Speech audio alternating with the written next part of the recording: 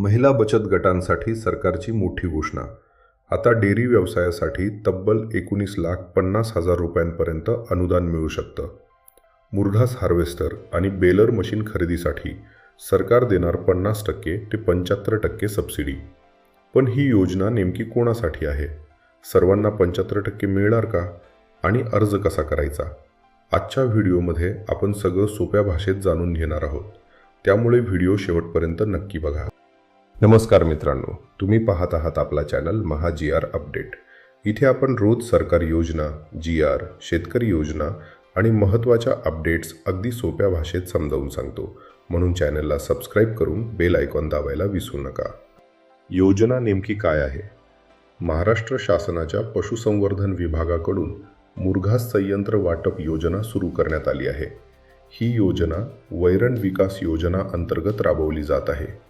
या योजनेचा मुख्य उद्देश म्हणजे चारा टंचाई कमी करणे, पशुपालकांना आधुनिक तंत्रज्ञान देणे, दुग्ध व्यवसाय वाढवणे आणि शेतकऱ्यांना स्वावलंबी बनवणे.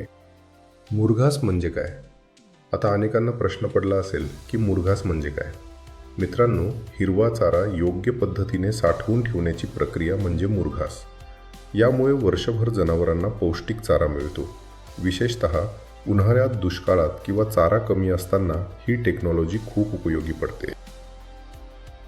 किती मिळणार अनुदान?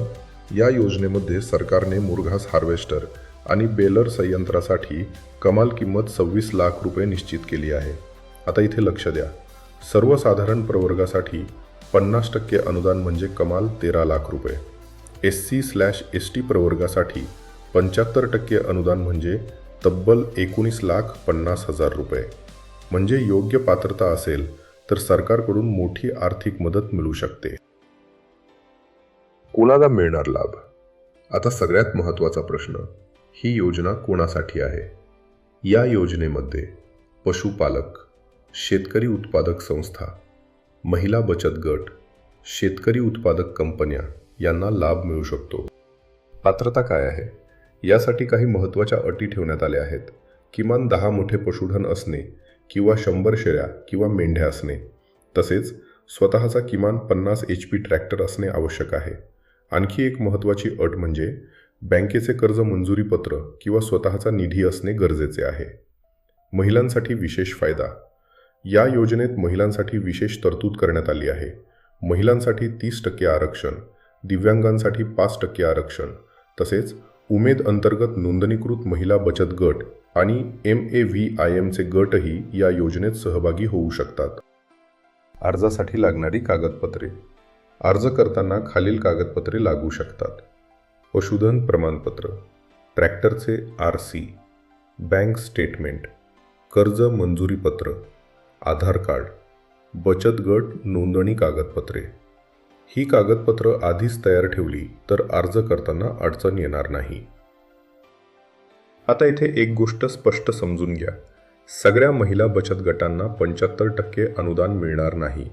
75% अनुदान हे मुख्यतः SC/ST प्रवर्गासाठी लागू आहे.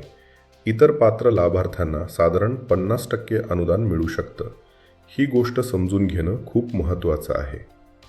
तर मित्रांनो, ही होती महिला बचत गट आणि पशुपालकांसाठी सरकारची महत्त्वाची योजना. तुमच्या गावात एखादा महिला बचत गट असेल किंवा कोणी डेअरी व्यवसाय करत असेल तर हा व्हिडिओ त्यांच्यापर्यंत नक्की शेअर करा. आणि अशा सरकारी योजना, GR आणि शेतकरी अपडेटसाठी आपल्या महा GR अपडेट चॅनलला सबस्क्राईब करायला विसरू नका. धन्यवाद.